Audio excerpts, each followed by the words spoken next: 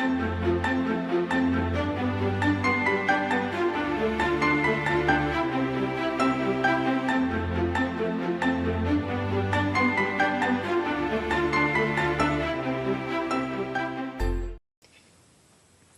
today I'm very happy to have Somananda in our interview. Somananda is a spiritual yogi and practitioner for the past 20 years. He has lived and studied with his teacher in India and Thailand for several years. He's the founder of the Somananda.org, the renewed international school of spiritual yoga, tantra and meditation. Somananda is teaching across the globe on many continents, and thousands of people have benefited from his authentic teachings of yoga and tantra. Somananda, welcome. I'm very glad to have you here in the interview. Thank you very much. I'm happy to be here. Perfect. We always start with the big question, what is yoga for you, or how would you define yoga today? Well, for me, yoga is something very comprehensive. It is not only a choice of life, it's not only my lifestyle, it's not only what I do on a regular basis. Yoga for me is a very comprehensive way of life, because when I was younger, I was very attracted to spirituality. As a result of that, at some point when I discovered yoga as a spiritual path, I embraced it fully, and I went about studying it in the way that I felt was very authentic, which means I was at some point decided that I want to go and study yoga from the origin of yoga, which is India. I did that because at the time I was working actually as a lawyer, as an attorney in Israel, and as doing that I realized that I was really attracted to spiritual teachings. So I started reading all kinds of books and texts, and I managed to get my hands on very good authentic tantra, not tantra but yoga books actually. And when I read them, I realized that all the authentic yoga books say that it's very important that not only you read books, but you find a guru or a teacher that will make you understand what it's all about. And because of that, after doing this for a few years from books and doing all kinds of courses, I realized I have to do exactly that and go find a teacher or a guru. So I left behind my work, I stopped working as a lawyer, I sold my car, I gave up whatever, and I left for India. And I did a search in India. And after some time, I found a teacher. I found all kinds of teachers, to be honest. Many of them were not exactly what I was considering a yoga teacher.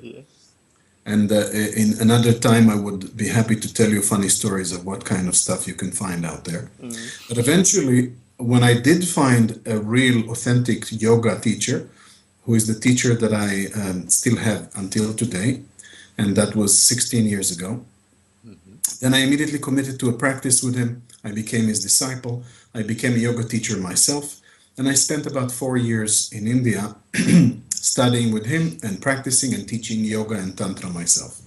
And I say tantra because my teacher is also a tantric master and a meditation master. So naturally the yoga that I've practiced and that I teach even today is a form of Tantra Yoga, which I can elaborate on later if you wish. After those 4 years in India, I moved on to Thailand, where my teacher opened his main branch in Thailand of the school that I come from. And I stayed with him there studying, practicing and teaching for another 6 years.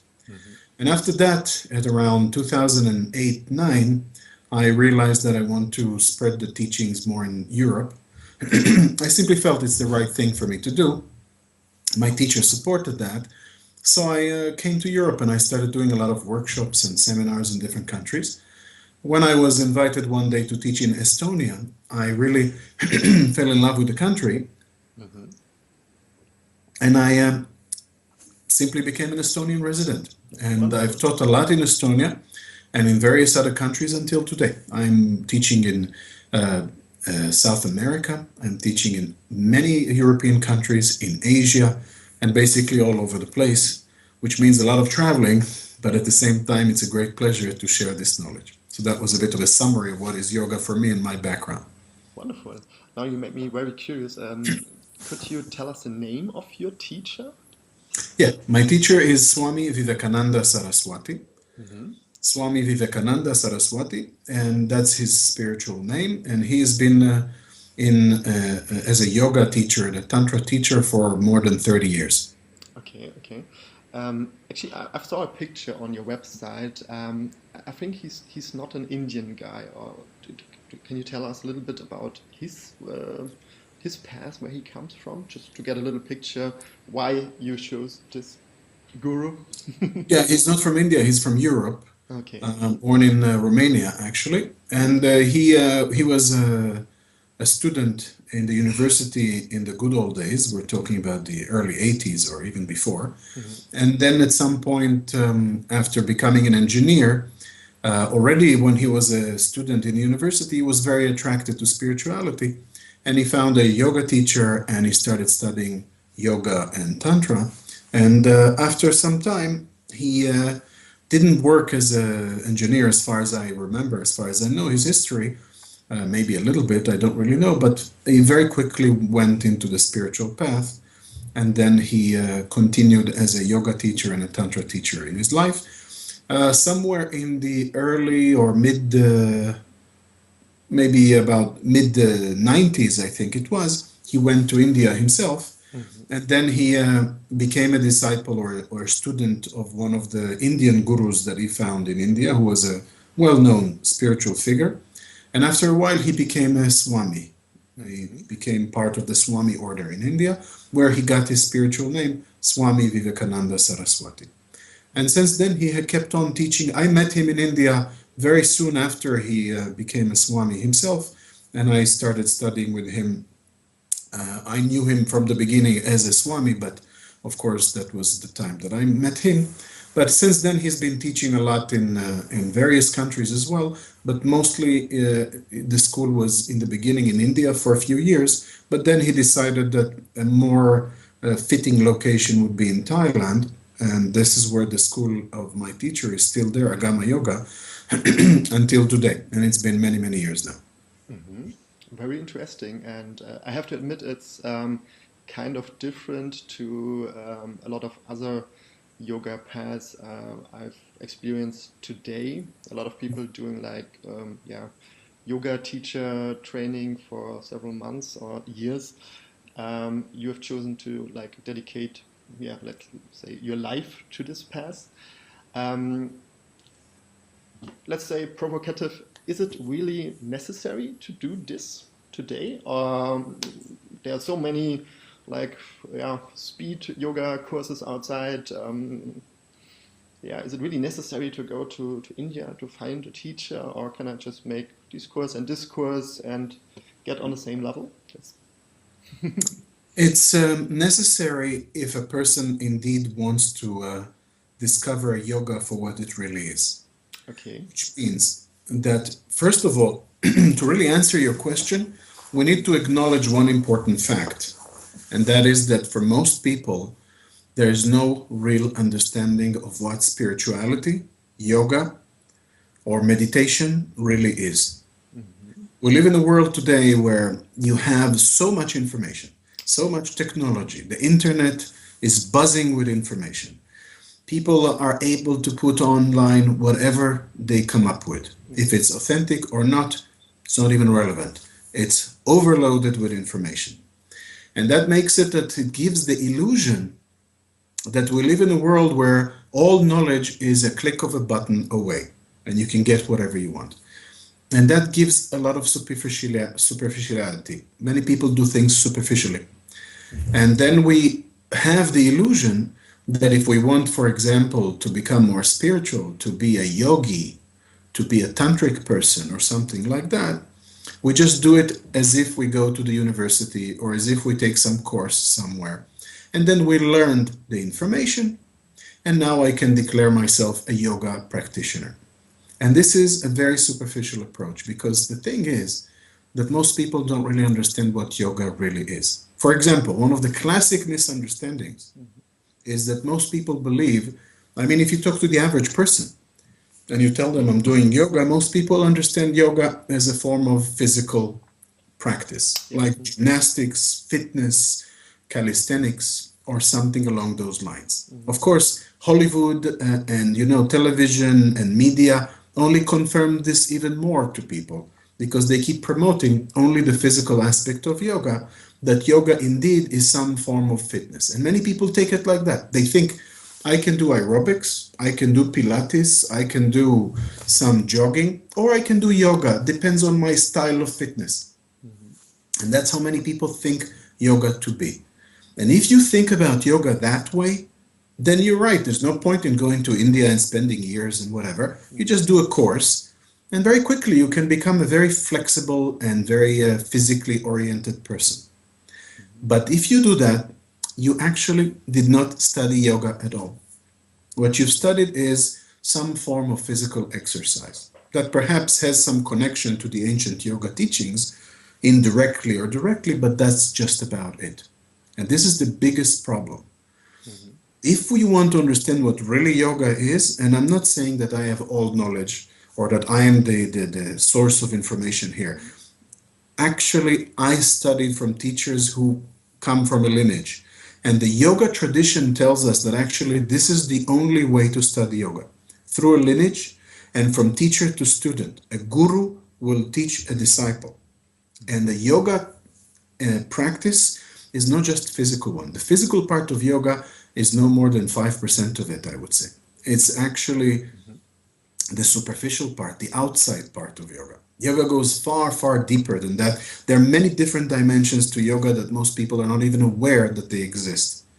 And the authentic yoga teachings of India, they come from specific texts. Okay. Yoga doesn't come from some modern invention. It's a very ancient system of spirituality, which some date it to be even more than 6,000 years old.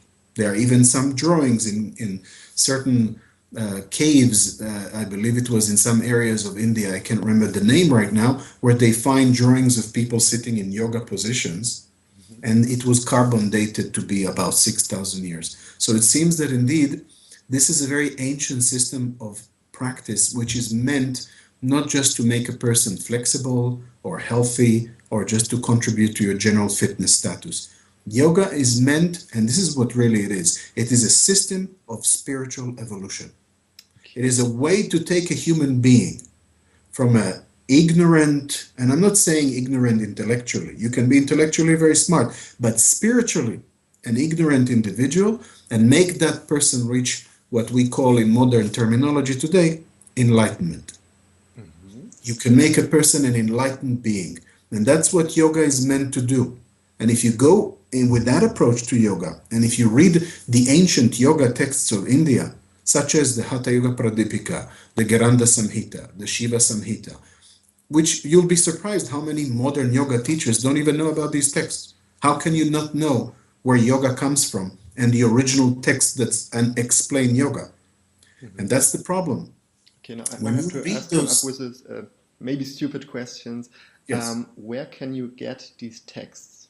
Is this like really a book which is translated in our language? Can I read this? yes. Yeah.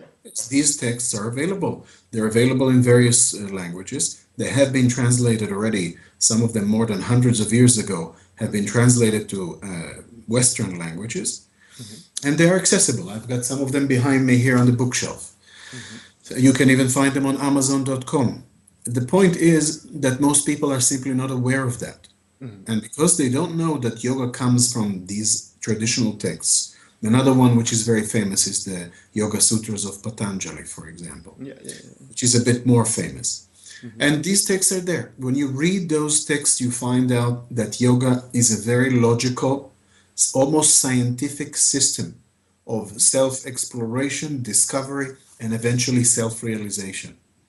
And anyone who takes yoga only for the physical aspect, just to be flexible or just to be healthy, I'm not saying that's bad. It's always good to be healthy.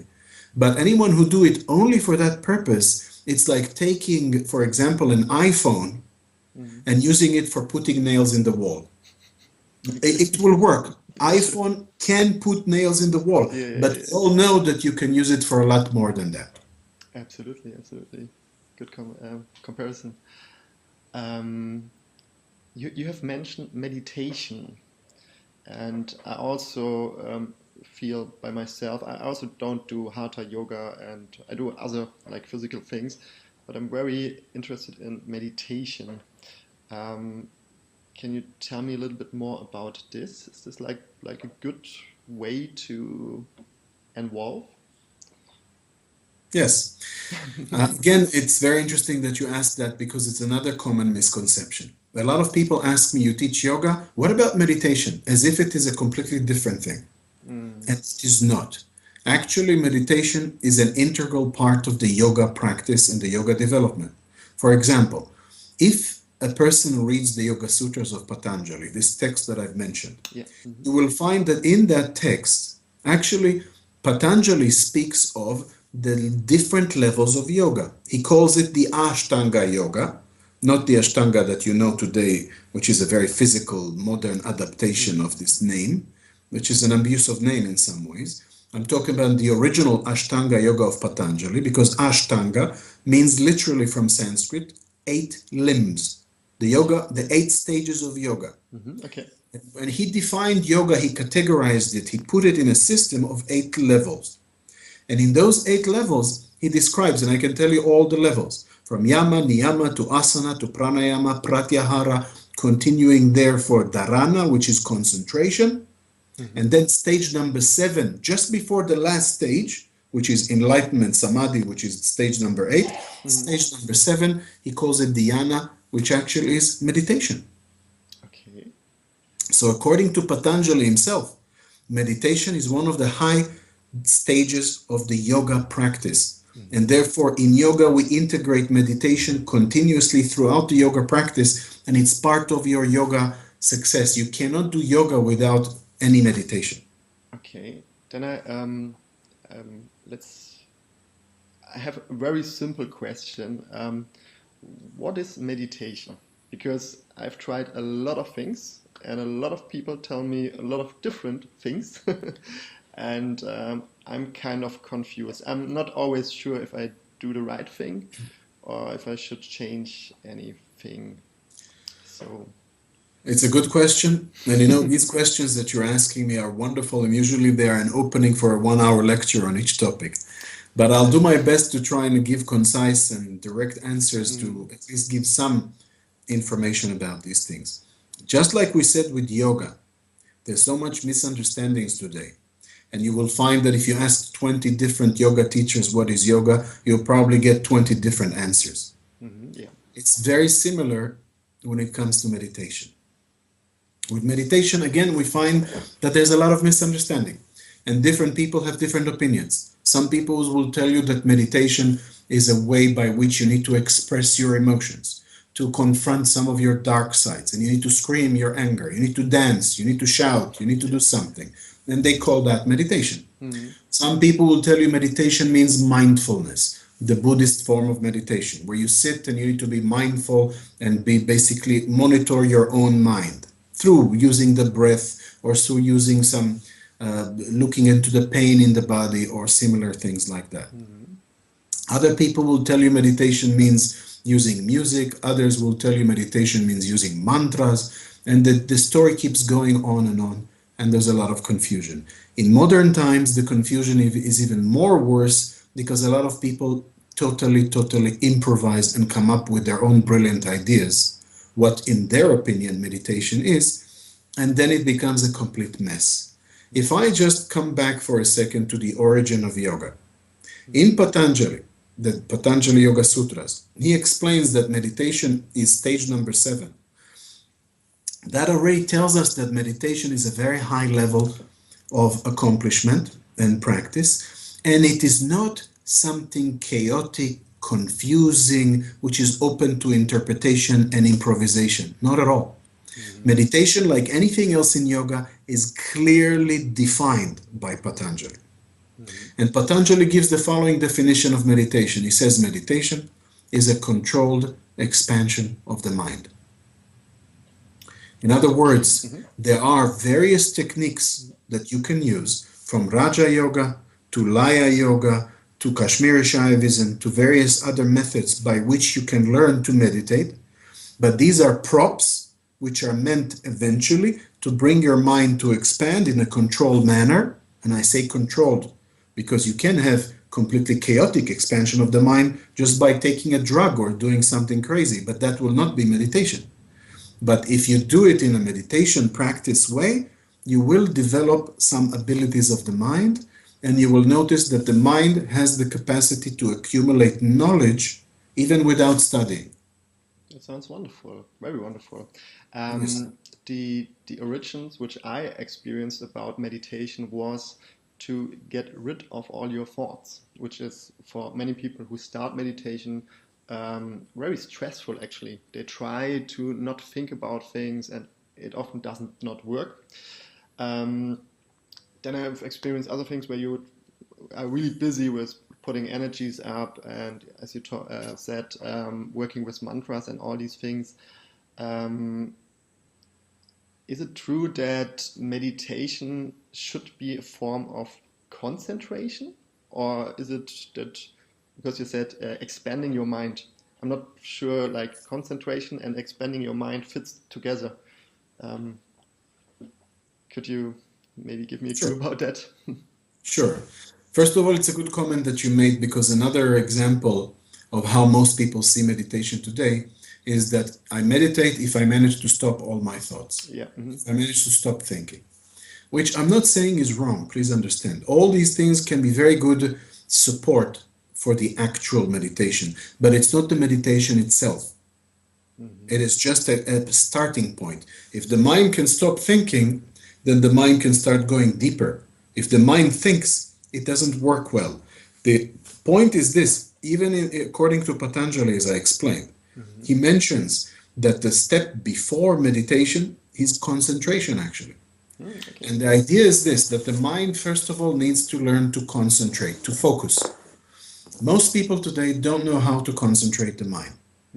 And most people believe that concentration of the mind is something that requires some type of almost external effort. Like, for example, I remember speaking to a student one day from another place, and I was talking to her about concentration and stuff like that. And she tried to explain to me what it is. And I told her, okay, so what do you mean by concentration? By being present in the moment and all that. Then she said, it means to do this. That was it. And I'm telling her that doesn't look like concentration. It looks like you have some physical problem. Yeah, yeah. It's not a physical thing. The Mm, point is that according to the teachings of yoga, from Patanjali to other great yogis like Matsyendra, Gorakshnath, and other great yogis from the ancient history of yoga, they claim or they explain that concentration is the ability to bring the mind to focus on one point. It could be an external object, an internal object, it could be whatever point you choose. But to be able to put the mind on that point and to focus on it without any breaks continuously. yeah. And that ability is very necessary because the concentration of the mind is the key to success in spirituality. In fact, according to the yogis, you cannot have any practice of yoga without the concentration of the mind. And that's why the yogis say, even if you do yoga asanas, you bend forwards, you stretch, you do breathing techniques, pranayamas, mudras, bandhas, whatever you choose to do, if you do any of these techniques, but your mind is jumping around like a crazy monkey, which is one of the names in yoga that they call the mind, the crazy monkey, they say that then you are not actually doing yoga because without the support of the mind, it will be only gymnastics. If you do your yoga practice and you're thinking about the shopping mall or chocolate cakes or whatever, then you're not doing yoga. Actually, it is not yoga because there is no yoga without the concentration of the mind. And concentrating the mind is challenging because the mind, by definition, is very chaotic. It jumps around all the time, especially in modern times where we live in a world where there's so much stimulation and advertising and media and whatever else is out there today. You don't live in a countryside, most of us in a very quiet environment. So the mind is even hyper agitated compared to what it was hundreds of years ago. And that makes it that concentration is even more of a challenge. Think about the fact that most people today don't even read books as they used to. And today, even when it comes to watching videos online, People start making videos shorter and shorter because people lose their attention span very quickly. They cannot concentrate enough. And that shows that if the mind is in such a poor level of concentration, the mind becomes weak. And that's the whole point of the teaching. Take it this way, just one more example to clarify. My teacher used to put it this way, in a more modern style. He says, think of it like this. If, for example, you take a light bulb, and a light bulb works with, 220 volts. That's usually the current in the house. If I will take this light bulb with 220 volts, and I take the same current of energy, of electricity, and I put it not in a light bulb, but I put it in a laser machine, it can cut through steel because it concentrates the energy. And exactly this is what happens to the mind. When the mind is very chaotic, the mind is trying to jump from one place to another, and it becomes very weak because it distributes its energy all over the place. But when you take the mind and you learn to focus it on one point, the mind suddenly gathers all its energy and becomes like a laser. It reaches much more powerful effects. And only with concentration, we can start talking about meditation. Because this is the thing, you see, people don't know what meditation is. They think if I stop thinking, then I'm meditating. The truth is that this is just the amateur level. First, you need to learn to concentrate the mind. When your mind is focused on one point, you're not thinking of anything else anyway. That's the real concentration and non-thinking stage. And then, if you do it long enough time, according to the yogis, and Patanjali specifically talks about it, you will get to a moment where your mind focused totally on one point after a few months, years of practice, it starts expanding by itself without shifting from the point of concentration. Okay. It's a little bit like when you throw a stone in the water, and the hit where it hits the water is the point of concentration, but then you have ripples around it. Those ripples are the waves of meditation, where the mind expands in a controlled manner without any loss of concentration. And then you are in a state of meditation. It's a bit abstract, I know, for people to understand, but when you start doing the practice, and if you use the right methods, it's not abstract anymore, it's something you experience for yourself. Okay, okay. Can you give me a little hint about the right methods? I've heard a lot of like listening to your press, like breathing in, breathing out, talking about pranayama. Is this a way to start this, or where should I go? Not really. I mean, it's true that there are methods of practice that involve breath. As I mentioned, the Vipassana methods of the Buddhist tradition are very much focusing on that, such as the Anapanasati of Theravada Buddhism. I've practiced this when I was in Thailand myself, in a monastery, and it is useful. It does give good results. The only thing is that the Vipassana type of methods are actually somewhat slow compared to the yogic methods. The yogic methods are extremely efficient and powerful in the way that they teach meditation, and the way that the techniques that they use are much more potent. And the techniques there's a variety of techniques. We need to understand, first of all, what is the traditional yoga for that. In the Indian history and the Indian tradition, we find that there were four main paths of yoga. There was Raja Yoga, Jnana Yoga, Karma Yoga, and Bhakti Yoga. Those are the four paths of traditional yoga. Okay. And in those paths, we find that there have been teachings of meditation, some of them very powerful, especially in Raja Yoga and Jnana Yoga. And I teach Raja Yoga as part of the yoga practices that I teach in the Tantra environment of yoga. And there you find that there are methods by which they teach how the mind can concentrate. There are a few techniques that can be used. There are techniques that you can even use from Laya Yoga and Tantra Yoga, certain mantras and sounds that help to center the mind and create a state of meditation. There are techniques from Raja Yoga where you use a lot the third eye. And there are techniques from other traditions, from Jnana Yoga and other traditions, especially from the higher levels of Tantra, like Kashmir Shaivism, which are even more esoteric and powerful. But that's the whole point. I'm guessing that you probably never heard of any of these things, really. Laya Yoga or other. That's not a surprise, because this is what I'm trying to say. So many people today talk about yoga freely and this and that, Mm. and they actually don't even know some of the most esoteric, powerful forms of yoga. Because it's true that with the click of a button today, you can get a lot of stuff on the internet, but it's not easy to get the right stuff.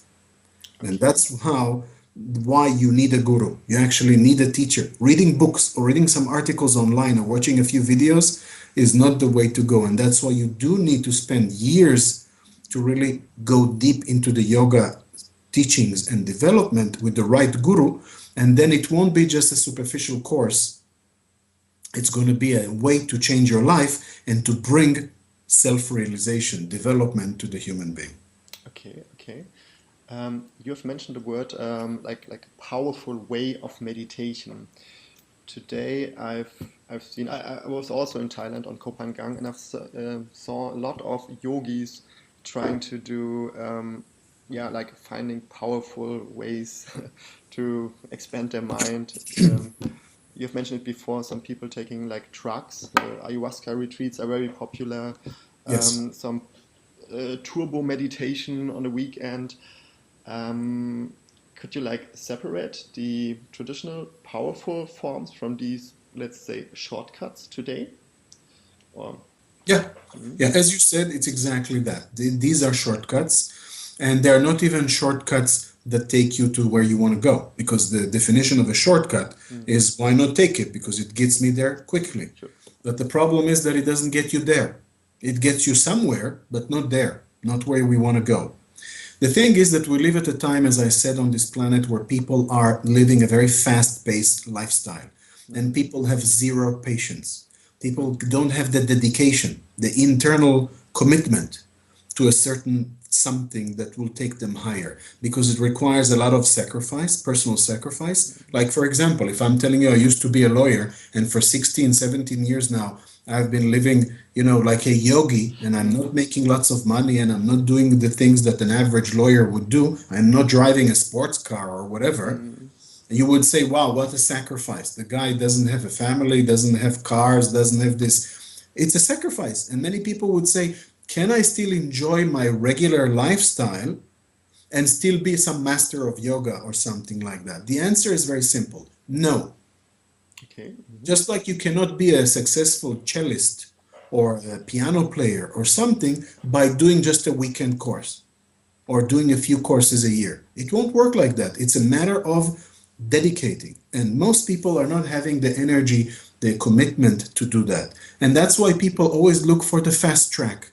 We live mm, at a time where everything is fast, fast internet, fast food, fast car, fast mm, sex, fast everything. mm, People just don't have patience or energy to devote themselves to a cause which is truly spiritual. As a result of that, it exactly brings the problem. Then people say, okay, I know that yoga promises all kinds of amazing things. I don't want to put 10 years into this or whatever it takes, 5 years or whatever. Can you just do it over a weekend? If I do an ayahuasca ritual or some other whatever drug or something, if I do that, would that get me there fast? And some people say yes, because and I've actually met personally people who came to me and told me I've done 100 ayahuasca rituals and I declared myself enlightened. Why? Just because they did a few ayahuasca rituals. And I'm not doubting that they had a strong experience. I'm not against doing rituals or even using ayahuasca if a person feels that this is something very important for them. But at least realize that this is not a ticket to paradise or something. This is mm, simply a use of certain drugs or certain herbs, in the case of ayahuasca, certain plants, that mm, might open up some energy centers in the body, might create some openness of the mind, but then that will never replace a systemized practice, okay. and that means that you need to let go of these shortcuts Yeah. and devote yourself to a proper practice. With the proper practice, you can get the same effects and far, far bigger than any ayahuasca ritual, but you get there by your own power and you can get there permanently. And that's Mm-hmm. the way to develop spiritually, not shortcuts. Okay, okay. Maybe for the people who have never heard about ayahuasca, I think it's like the most psychoactive plant on the planet. So you have like, I never did research on this to really make that statement, but I yeah, do know that it can be quite potent, yes. okay.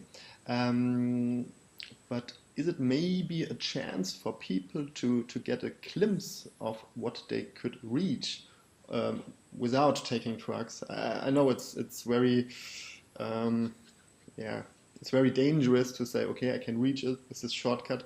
But yeah, as you said, I think for a lot of people it's hard to decide to go this very dedicated way for a lot of years if they cannot really understand what they will expect then. It's a So, very valid point, and you're absolutely right. mm, First of all, just to answer the second part of your statement or question, people don't have to devote 10 years of their lives to get results. Today, okay. it is possible to actually do courses and do a way of teaching or studying yoga combined with your daily life and with other things, only that then you need to understand what you're doing and follow a teaching that can help you to get to the right place, not to follow teachings which are superficial to begin with. That's why I'm saying, for example, otherwise what I would teach would be useless. I would tell everybody, no need to come study with me, just go to India for 15 years and only then you can get results. But that's not the case, of course. I bring the teachings the way that I've studied them in the West, and I have many students. I've got thousands of students that come to various courses that I do. 1 week course, 10-day course, meditation retreats for 10 days or 1 week, and yoga retreats and so on. And they simply manage to put a very condensed period of time of 10 days or something where they make a lot of progress. And then they go and they take care of their work, family, whatever. And then they come back again. So it still can work as long as the teachings are authentic and it is not some modern improvisation of someone. Because we need to understand yoga authentically, properly from the ancient times worked and guarantees result because those who created yoga were enlightened beings and they knew what system they created. And if an average guy today or somebody who is just very creative decides to create their own style of yoga, with all due respect to the creativity, that's not an enlightened being. And then what you study with that person can be like a Russian roulette. You don't know where it's going to lead. Maybe it will work, maybe it won't work, and it can be very confusing. And addressing what you said earlier, remind me, you were talking about something else. What was it? About talking about that maybe for some people it's a good thing to Yes. get a glimpse through a shortcut to say, okay, now I know what I could reach when I go the step by step yoga way. I was going into my explanation and I forgot for a second what you asked.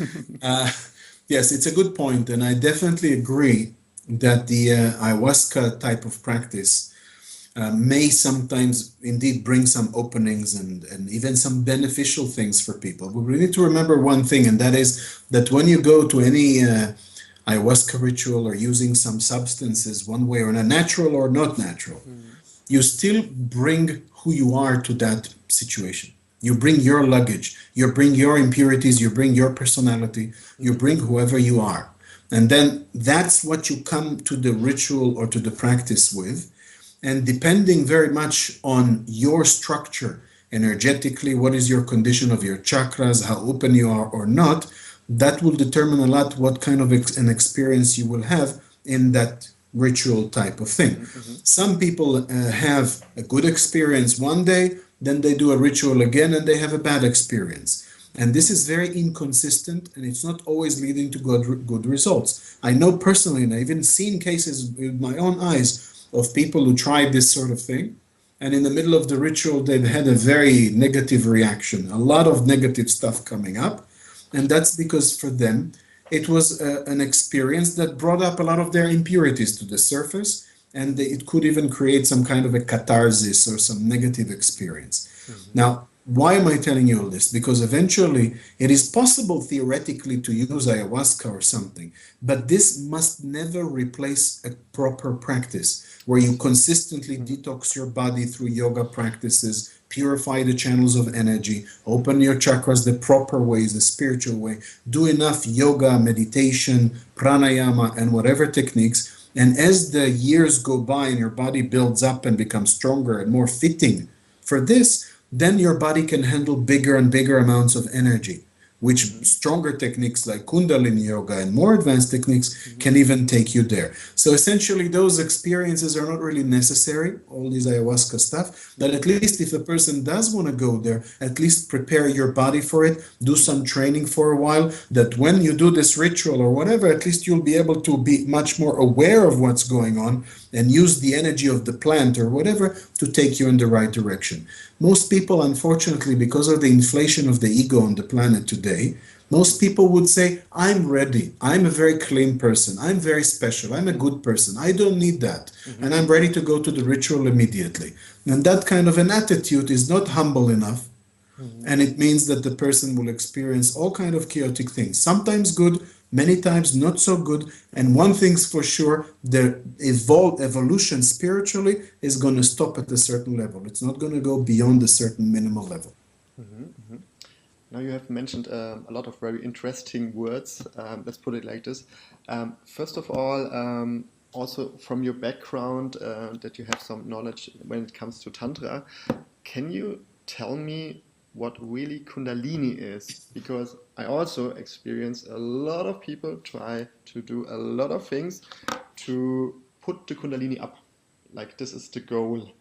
And I have to admit, today I'm not really have an understanding what Kundalini is. So, and if it's good to put it really up or to leave it down or something like this. Can you help me with this a little bit? Yes, of course. Let's understand first what is the story of Kundalini, because it's a lot of misunderstandings. As usual, we see in this field, even with the story of Kundalini. First of all, Kundalini comes from the root word kundal in Sanskrit, which means the coiled one. Because according to the yoga system, they say that in the root chakra of the human being, somewhere in the bottom of the spine, there is an energy which is extremely powerful. It is like a cosmic potential, this energy, and it is coiled.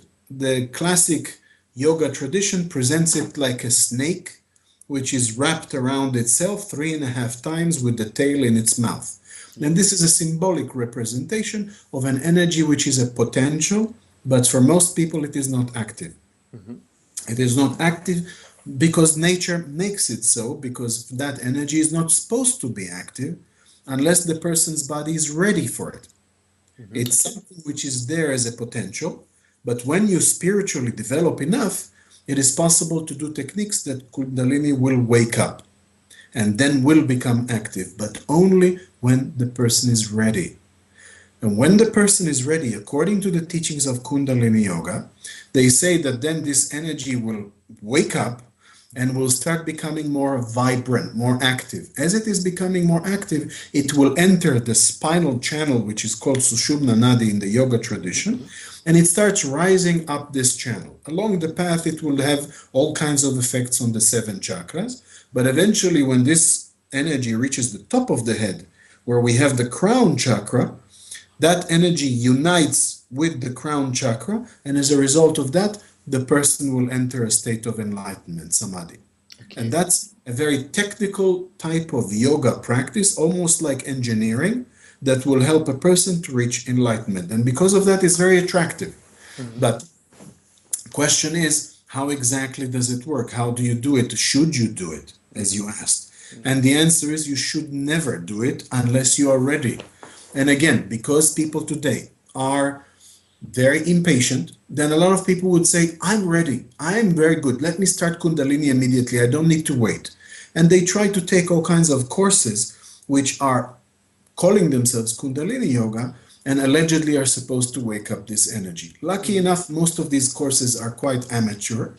And because of that, these so-called Kundalini Yoga schools actually do a lot of Hatha Yoga, bhajans, kirtans, and other things, breathing, lots of strong breathing or whatever, and they don't really go into the true Kundalini practices. And that's a good thing because at least people are not challenged too much. Because a person who is full of impurities, did not yet deal with the ego, did not practice to open the chakras and his energy centers, never did any pranayama properly, and never have done the yoga practice properly, if he jumps immediately to Kundalini practices, again, it will be like the light bulb that instead of putting 220 volts, you put 10,000 volts. It's going to burn, it's going to explode. Okay. And that's what happens, and that's why Kundalini is not for beginners. For those who practiced enough yoga, pranayama, and the body is ready, ate the right diet, and took care of themselves, then through the practice of authentic Kundalini yoga, they learn techniques when they're ready and only from a guru, how to awaken this energy.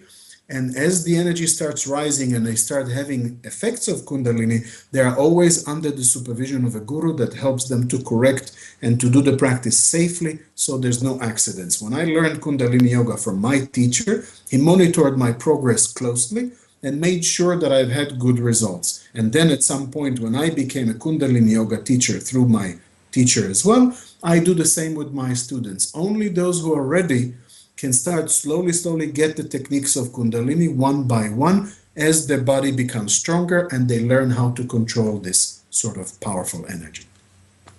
Wonderful. As you mentioned before, is it necessary to work or to rise to Kundalini to get enlightenment, or is this one way from a lot of ways? It is necessary. And in fact, sorry, my computer is... Yeah, I'm back with you.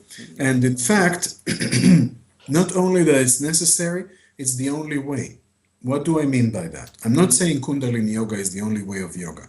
The point is that when you do any style of yoga which is authentic, like for example, Raja Yoga practice, even if you do Bhakti Yoga, or if you do other forms of yoga like Laya Yoga or Hatha Yoga and so on, all these forms of yoga will generate all kinds of effects in the body depending on the techniques which this yoga form teaches. And those effects are meant to eventually lead a person to enlightenment. Any person that reaches high states of consciousness or enlightenment, either this person comes from Raja Yoga, or even if this person comes from mystical Christianity, like saints from Christianity, or if the person is a Buddhist monk who reached enlightenment, it doesn't matter what is the background. Whatever techniques they used, those techniques brought them to enlightenment, and it also awakened their Kundalini, even if they didn't know it. Okay.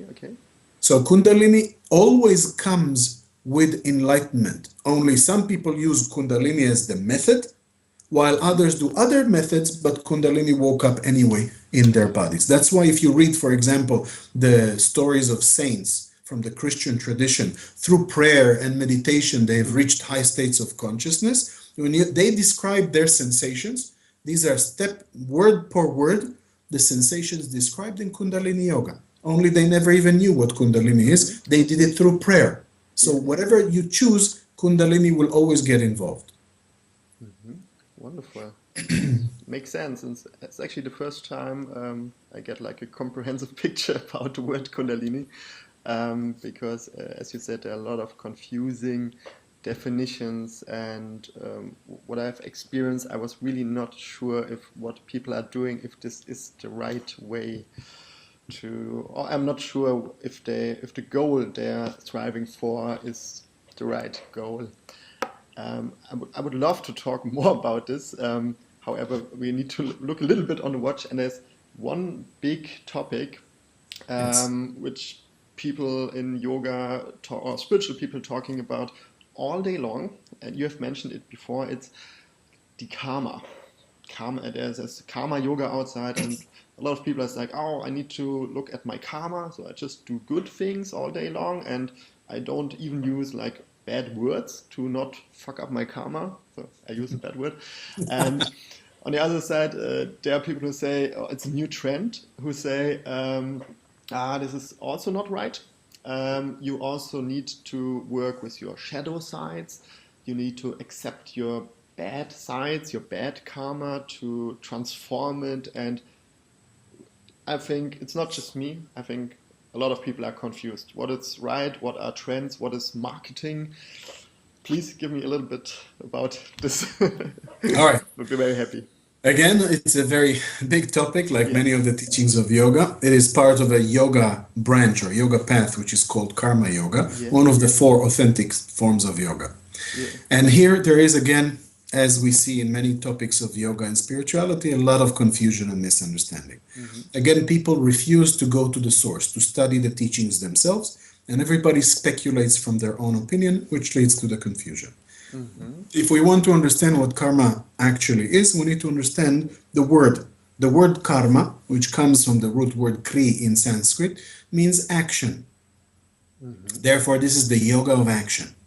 In other words, there is a universal law which is known in all aspects of reality, including even in science, in physics, in chemistry, in biology. This law is known, which is called the law of action and reaction, the law of cause and effect. And this is the law of karma.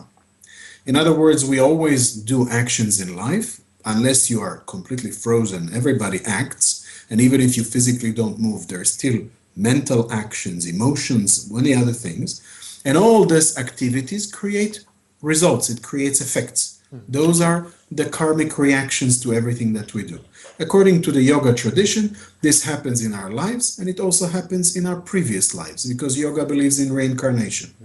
And that's actually the whole reason for reincarnation, according to yoga. It's the karmic mechanism that brings the soul to reincarnate again and again, because it needs to experience the results of its karma, the results of its actions all the time. And that will never end unless a person realizes that karma is not about good karma, and it's not about bad karma. Karma is action and reaction. In other words, when we act, even if we do good deeds, even if we do bad deeds, of course, you do something negative, you get negative results. It's unavoidable. That's the law of cause and effect. You do good things, you'll get good results. Again, the law of cause and effect in action. But the thing is that even if we do, because most people think automatically I shouldn't do bad things, because then, you know, I'll get bad results, and nobody wants bad things in life. Nobody wants to be sick, poor, I don't know, unsuccessful or whatever. Everybody wants good stuff. But even if you do good things and get good results in response, it is still a form of ignorance according to karma yoga, because eventually our karma is what binds the soul to this reality. Eventually, the whole point of spirituality, either from yoga, from Buddhism, or from Christianity, or wherever you look, the whole point is that we want to go beyond this reality and reach enlightenment, nirvana, freedom, whatever that may be. And to do that, we need to reach freedom from this reincarnation cycle. That's why Buddha himself says samsara, which he calls this reincarnation cycle, is like a prison, he says. It's a prison. And what we need to do is get free from this prison and reach enlightenment or nirvana. And when we do good things, even when we do good things, when we get good results, good karma, we enjoy it. But even a prison which is made of gold is still a prison.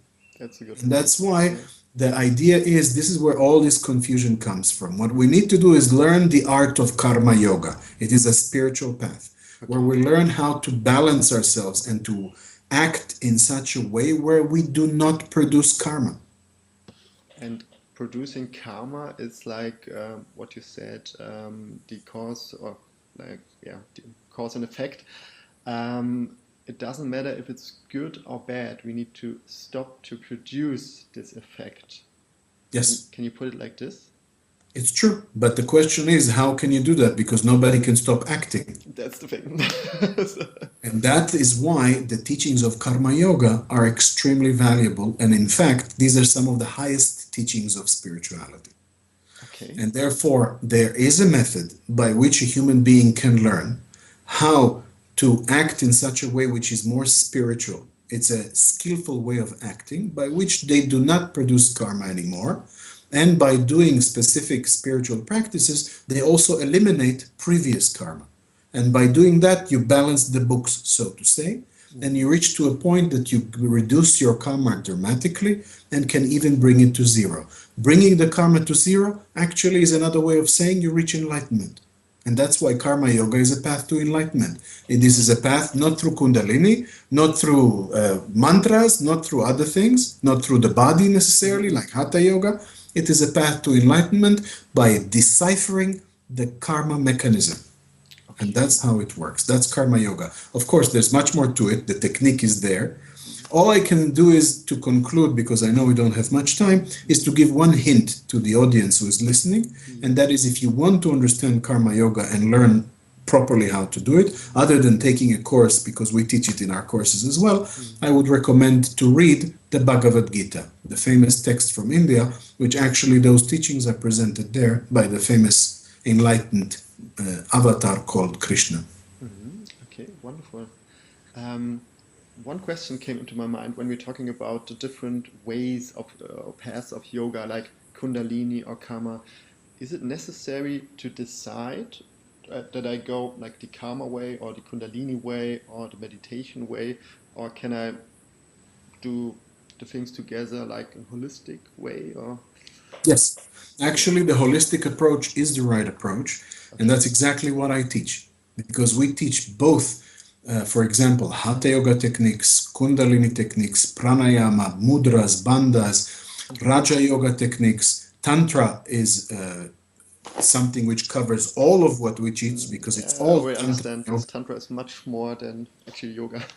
So, Tantra is a spiritual system that mm, includes various yoga systems and other techniques, including energy, in mm, it. And that's why, for me, being a tantric person, a tantric teacher, because most people, when they hear Tantra, they think it's some form of sex or mm, oriental sex or something, which is a complete misunderstanding. mm, Actually, the tantric teachings show in India that there's maybe 5% of Tantra is about sexuality. That's it. mm, Other There's so many other aspects of tantra that deal with energy, with yoga, with meditation, with visualization, with concentration of the mind, and the list goes on.